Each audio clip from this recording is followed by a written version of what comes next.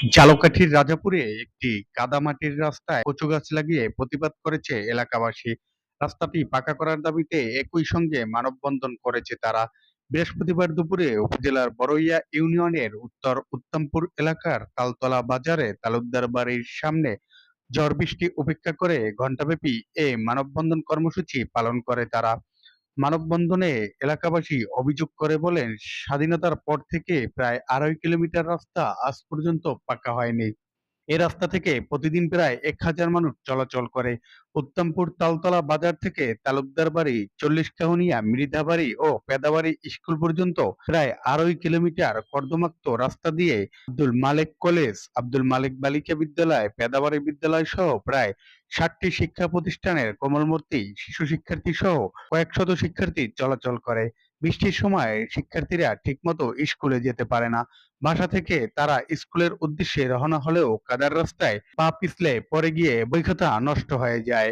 গ্রামের কেউ অসুস্থ হয়ে পড়লে তাকে স্বাস্থ্যকেন্দ্রে নিয়ে যেতে পোহাতে হয় চরম দুর্ভোগ। বিগত বহু বছর ধরে জনপ্রতিনিধিদের কাছে একাধিকবার রাস্তাটি পাকা করার জন্য আবেদন করলেও অদৃশ্য কারণে তা বাস্তবায়ন হয়নি।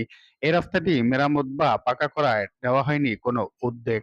বর্ষা মৌসুমে রাস্তাটি কাদা ও জলাবদ্ধতায় চলাচলের অযোগ্য হয়ে পড়ে।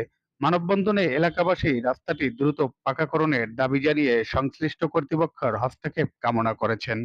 আমাদের খুব দুর্ভোগে আছি আমরা আমরা এই রাস্তা দিয়ে চলাফেরা করতে পারি না। আমাদের ছাত্রছাত্রী স্কুল কলেজে যাইতে পারে না। আমাদের এখানে MSL মাধ্যমিক বিদ্যালয়, এদিকে আছে আব্দুল মালেক কলেজ। তারা অসুস্থ হইলে আমাদের চলাচলে খুব কষ্টকর। এখানে আজ থেকে ২০ বছর আগে মাটির কাজ হয়েছে, এরপরে এই রাস্তায় কোনো উন্নয়ন হয়নি। আমরা যেটুকু পারছি নিজেরা বাঙ্গল আমরা নিজেদের অর্থায়নে করছি। তাই আমরা সরকারের কাছে আবেদন, আমাদের এই রাস্তাটা যাতে পাকা হয়। বা আমরা এখানে মানববন্ধন করতেছি আমাদের এই এলাকায়।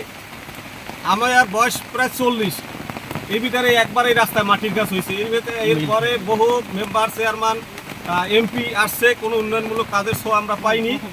এবং এখানে আমাদের এই রাস্তার ২.৫ কিলোমিটারের মাঝখানের এই দুই পারে স্কুল, কলেজ, মাদ্রাসা, বহু শিক্ষা প্রতিষ্ঠান আছে।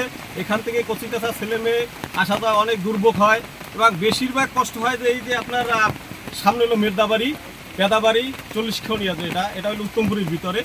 ওইখানে ওদের মনে করেন কি বলবো, একটা মহিলা যদি অসুস্থ হয়, এরও ডেলিভারি মনে করেন রাস্তার মাঝখানেই হতে হবে।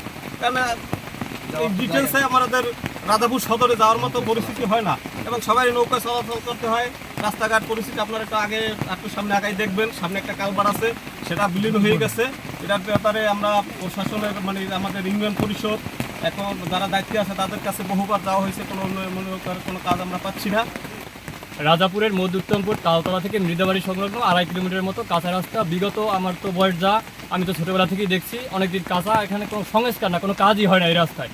তাই এখানে আমাদের ওই নদীর সাইডে মৃধাবাড়ি সংলগ্ন আফাজউদ্দিন বালিকা মাধ্যমিক বিদ্যালয় আছে, তারপর MSL মাধ্যমিক বিদ্যালয় আছে, ৪০ কাউনিয়া সরকারি প্রাথমিক বিদ্যালয় আছে, ৪০ কাউনিয়া মাদ্রাসা আছে, নুরানি মাদ্রাসা আছে এবং এই আব্দুল মালেক ডিগ্রি কলেজেও আমাদের ভাই বোন, আমাদের ছোটো ছোটো ভাই বোনরা তারা এই কলেজে পড়ালেখা করে। তো বিশেষ করে বৃষ্টির দিনে প্রায় সারা বছরই এখানে রাস্তায় দুর্ভোগ পোহাতে হয়। বৃষ্টির দিনে বা বেশিরভাগ তো বৃষ্টি থাকে, অর্থাৎ বছরের ৭-৮ মাস আমাদের খুবই কষ্ট হয়।